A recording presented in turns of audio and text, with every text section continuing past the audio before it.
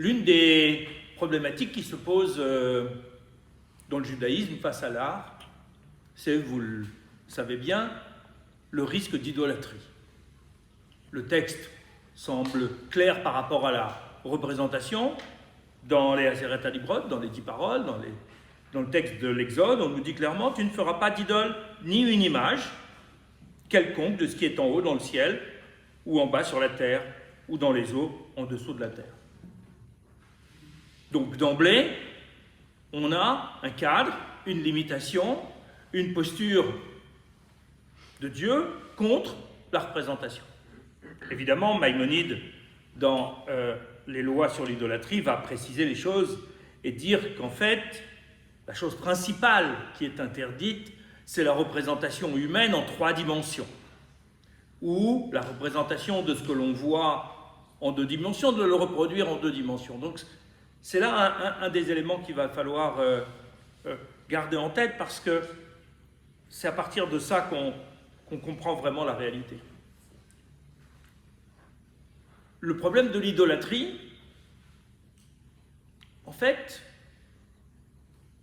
c'est pas complètement l'idole. L'idole, c'est une représentation.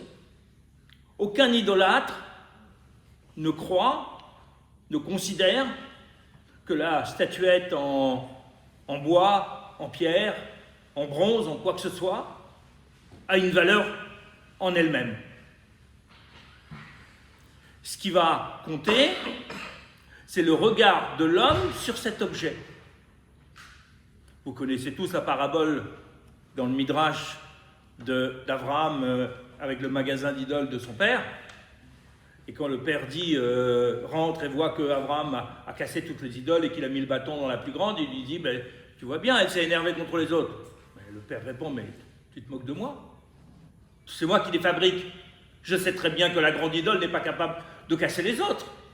Ils ont une conscience claire de la limitation de cette représentation. Ce qui en fait une idole, c'est notre regard à nous. C'est-à-dire au moment où nous considérons que l'objet, il est fini, parfait, la représentation est complète, à ce moment-là, l'idolâtre demande à la divinité, qui n'est pas la statue, mais la divinité, d'investir cette statue de manière à ce qu'elle puisse servir de relais entre la divinité et l'homme. À partir du moment où la divinité investit cette statue, je vais pouvoir lui offrir des sacrifices, faire des offrandes, avoir un comportement vis-à-vis de la statue. Mais la statue en elle-même reste bien une statue, elle n'est rien d'autre que l'expression de la volonté de la divinité.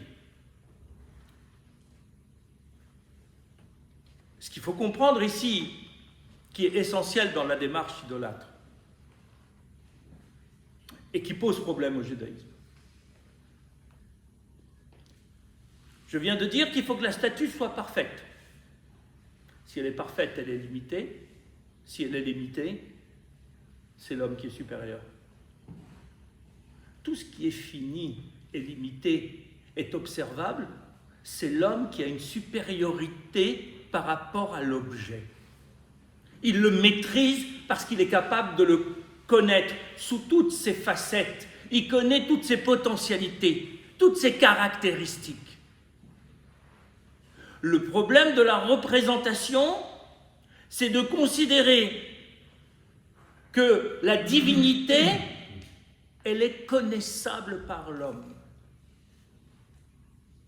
À partir de là, on glisse très rapidement à un autre concept.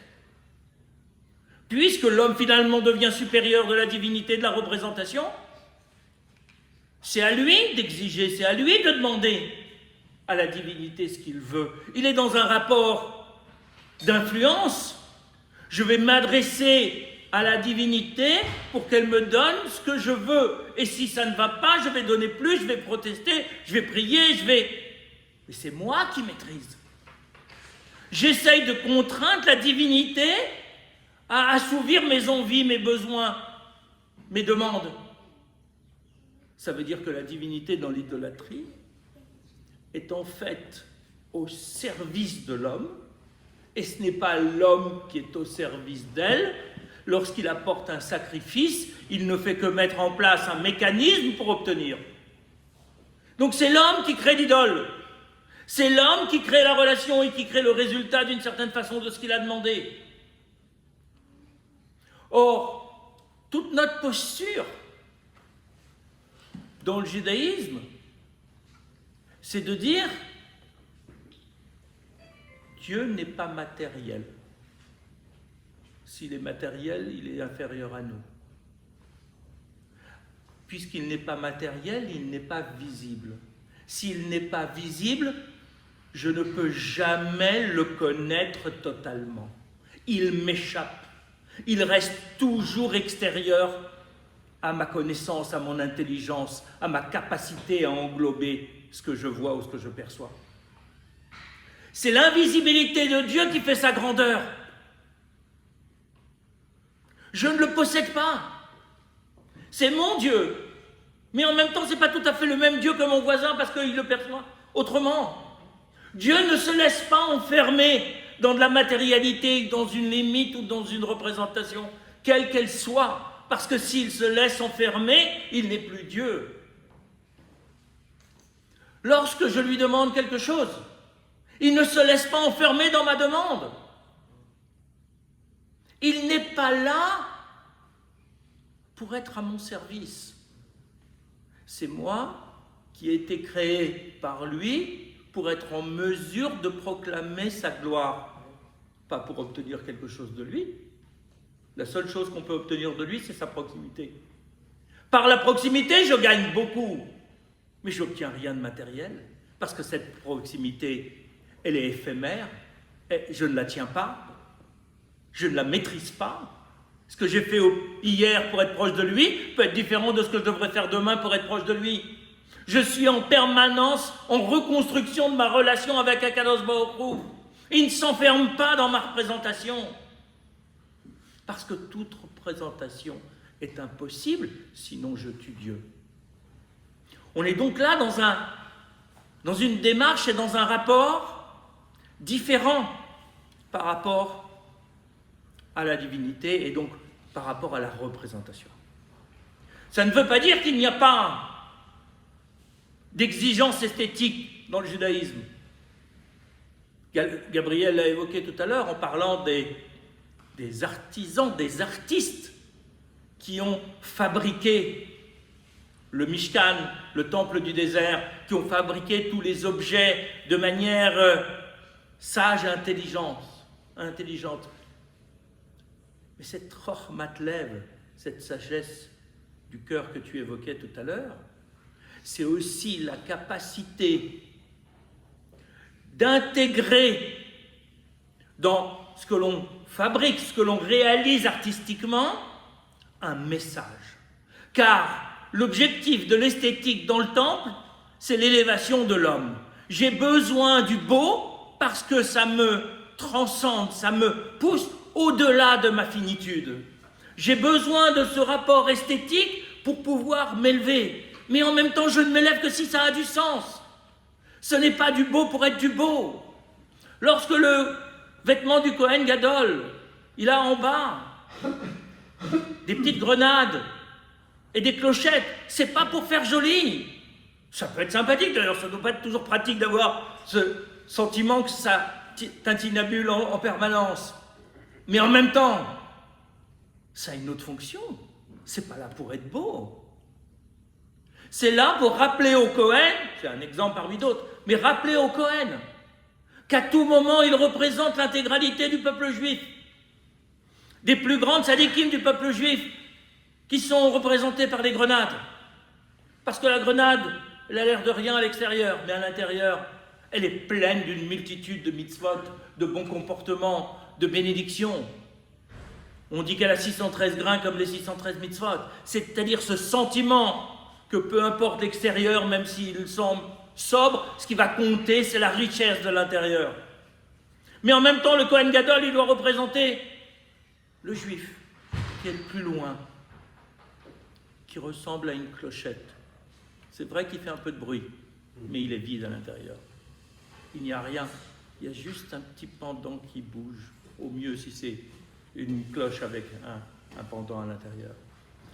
Le Kohen Gadol, par son habit, par cet aspect, cette dimension esthétique, doit avoir conscience en permanence qu'il est, lui, le représentant de la totalité du peuple juif et pas simplement des bons juifs contre des pseudo moins bons juifs.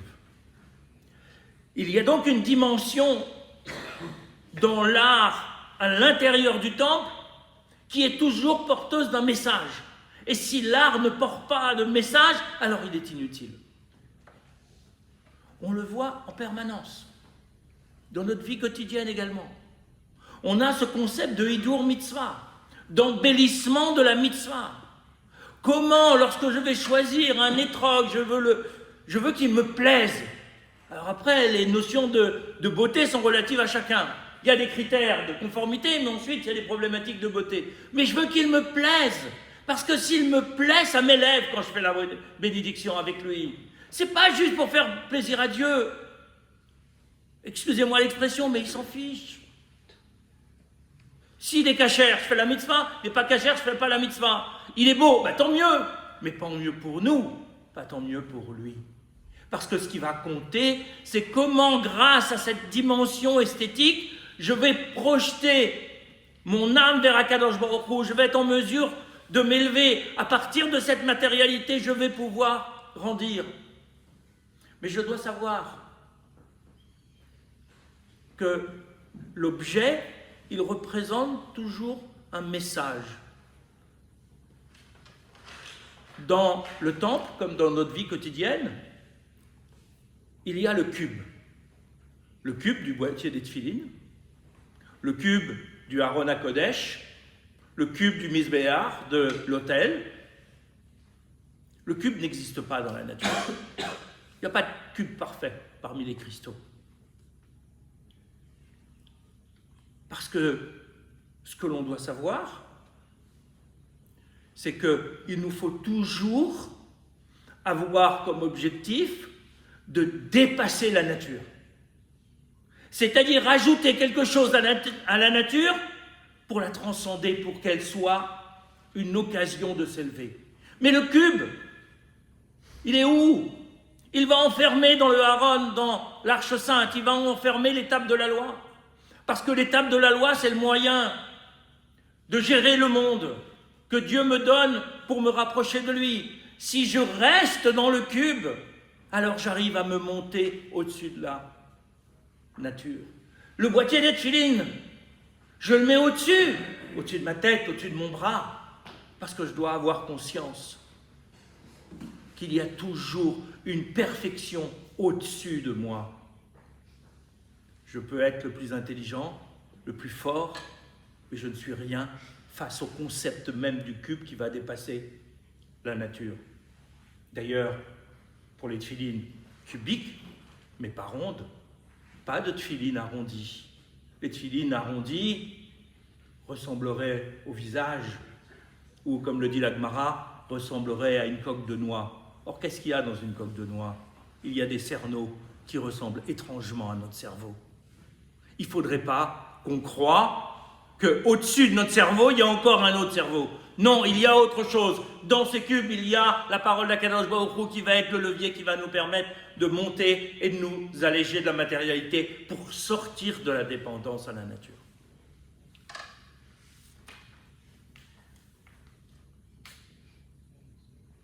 Dans le judaïsme, à la base, on ne voit rien. Et pourtant, il y a des représentations. On l'a vu alors à la grenade, c'est un fruit, ça porte pas. Il y a des boutons de fleurs pour la menorah, il y a d'autres éléments. Mais ce qui est le plus surprenant, ce sont les krouvim, les chérubins. Ça, c'est quand même embêtant. On ne devrait pas faire de représentation de ce qu'il y a sur Terre, d'humain. Or, les chérubins ressemblent à deux enfants, avec des ailes. Un garçon, une fille. Mais en fait, ces chérubins, qui sont au-dessus du boîtier de l'Arche d'Alliance, ne sont jamais vus. Seul le Kohen Gadol, le jour de Kippour, rentre dans le Kodesh HaKodashim, dans le Saint des Saints, où l'arche est entreposée. Lorsque l'arche voyageait, elle était toujours recouverte. Lorsque lui, il rentre le jour de Kippour, il ne voit rien, parce qu'il y a une nuée qui emplit cette tente. La seule chose qu'il peut percevoir, c'est est-ce que les chérubins sont face à face ou dos à dos. Parce que ces chérubins sont le baromètre de notre relation avec Dieu. S'ils sont face à face, ça veut dire qu'on se protège l'un l'autre, qu'on est de bons partenaires dans une relation de gestion du monde, qu'on est dans la proximité, comme dans un couple lorsqu'on est face à face. Mais si dans un couple on est dos à dos, c'est que ça va mal, c'est qu'on s'est disputé, c'est que l'un n'est pas à la hauteur de l'autre et vice-versa. C'est qu'on n'est pas capable de se parler en face, donc de se rencontrer. Ces chérubins sont le paramètre de notre relation. C'est-à-dire que, en fonction de leur position, on apprend quelque chose, mais on ne les voit pas.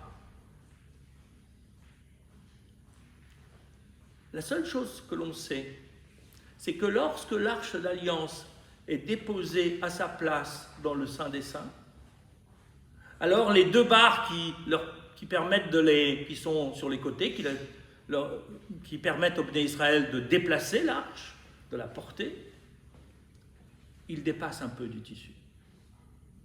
C'est-à-dire qu'on a la suggestion de la présence sans voir.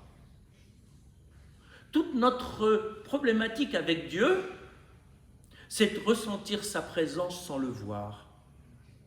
Au Har Sinaï, on a vu des voix. Rohim et Akolot. C'est-à-dire qu'on a dû avoir une prise de conscience de la présence d'Akadosh Baruch Hu, de l'authenticité de sa manifestation, sans rien voir. On a juste, parce qu'on l'entend, parce qu'on perçoit, l'intuition de sa présence. Le visible est un visible allusif, parce qu'il doit rester invisible. Si on réduit Dieu à l'arche, on a tout faux. Si on réduit Dieu à une image matérielle telle qu'elle soit, on a tout faux, parce qu'on est en train de tuer Dieu. On est en train de le matérialiser. Donc on a bien là une possibilité de représentation, à condition de ne pas la voir. Compliqué ça pour l'art.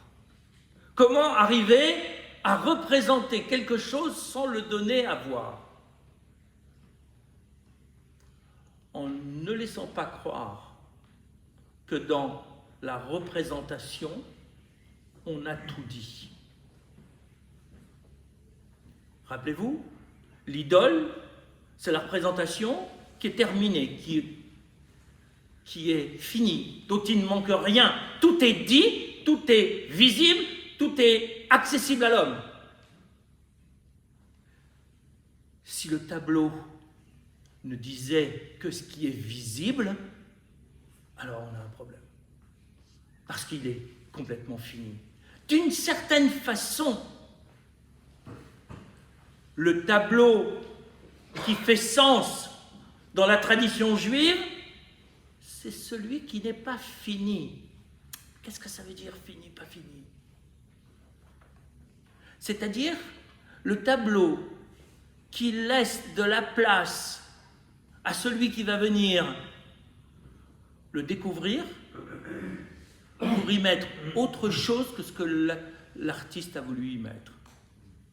Peut-être capter une partie de ce qu'il a voulu y mettre, mais être capable de projeter sa propre personnalité, sa propre problématique dans le tableau pour en ressortir autre chose que l'artiste n'avait pas évoqué. S'il est fini, il est cadenassé. Il n'y a plus de possibilité de dynamisme, d'avancée du sens ou de la signification. Ce qui est fini est plein. Lorsque le tableau n'est pas complètement fini, mais comme Dieu. Dieu n'a pas fini le monde, et pourtant il n'est pas mal fait. Mais il nous a laissé des choses à faire. Si l'artiste laisse quelque chose, une porte ouverte à la projection de celui qui va venir l'admirer, alors le tableau est typiquement du visible qui a une part d'invisible. La démarche juive qui nous est proposée est inclus dans une bénédiction que Noach a faite à ses enfants. Il dit, en s'adressant à son fils, à Japheth, il lui dit la solution pour la paix dans le monde d'une certaine façon et pour l'élévation, c'est que Japheth réside dans les tentes de Shem. Japheth, c'est Yafé, la beauté, traditionnellement la culture grecque, celle qui a le plus développé l'art pour l'art, la beauté à tout prix, la recherche du sentiment esthétique, quoi qu'il en coûte, sans aucune limite, parce que la limite, ça empêcherait la qualité de l'art, ça empêcherait d'arriver à ses fins. Et qu'est-ce que vient nous dire Noach? Il vient nous dire il faut que ce sentiment de recherche du beau puisse s'exprimer dans la tente de Shem. La tente de Shem, Shem, c'est le nom, c'est la parole. C'est l'expression verbale porteuse de sens. Si la recherche du beau, c'est-à-dire de l'esthétique, du sentiment, où on va, dans l'œuvre d'art, projeter une problématique interne, un élan du cœur, une illumination de l'esprit, tout ça ne sera pas dit en mots, mais sera dit en couleur, en lumière, en obscurité. Et cela doit se faire dans l'attente de Shem, c'est-à-dire doit rendre possible la transmission d'un message. Parce que cette Roch Matlev, cette intelligence du cœur, c'est aussi ce qu'on appellerait aujourd'hui l'intelligence émotionnelle. On exprime, en connaissant sa personnalité, on exprime aussi quelque chose dans notre manière de dire les choses, de la manière d'analyser les choses. Or, on est là dans une démarche qui doit permettre l'art dans un cadre porteur de sens. Si Japheth est dans la tente de Shem, alors il a d'abord une limite, c'est-à-dire qu'il ne va exprimer que des choses qui sont dans un cadre porteur de sens selon la Torah, donc il va éviter les dérives qui seraient hors champ pour le judaïsme, mais en même temps, il va transmettre une dimension supplémentaire dans la création artistique qui est le message. Et il y a des artistes qui arrivent à transmettre des messages. Mais ce qui va compter le plus, c'est est-ce que celui qui va venir profiter du tableau va retrouver ce message? Est-ce que le tableau va lui parler? Et vous avez dû déjà faire le tour de la salle. Chacun a probablement trouvé un des tableaux qui lui parle. Parce que si l'artiste est comme le sophère, celui qui écrit un Sefer Torah, il y a deux caractéristiques. Il y a l'élégance de l'écriture, le fait que ce soit net, propre, élégant, pas surchargé, pas difficile à lire, mais ça, un ordinateur pourrait le faire. Et il y a l'intention que le sophère met en écrivant le Sefer Torah. À quoi il pense à ce moment-là? Et lorsque ses intentions sont pures, c'est-à-dire qu'il écrit un Sefer Torah pour permettre l'accès à la spiritualité de tout celui qui va le lire, pour y mettre des intentions positives, alors le Sefer Torah est non seulement cachère, mais il est beau. Et il est une source d'élévation. Dans le tableau, c'est la même chose. Ce qui va compter, ce n'est pas simplement l'esthétique du tableau, l'extérieur, les couleurs, la lumière, le fait qu'on a l'impression d'être regardé, qu'on a l'impression de retrouver l'intériorité de quelqu'un lorsqu'il est, retranscrit par l'artiste, mais également quelle est l'intention qu'avait le peintre, ce qu'il a ressenti au moment où il a peint ce tableau. Est-ce qu'il a ressenti de l'amour, de l'affection, du respect, de l'élévation? Ce sont toutes ces dimensions-là où l'art devient hors du champ de l'idolâtrie et donc complètement licite, parce qu'en fait, il participe à notre élévation, non seulement par le sentiment esthétique qu'il provoque, mais également par tous les messages qu'on va pouvoir y projeter et qui vont nous permettre, nous aussi, de nous élever au-delà de cette matérialité.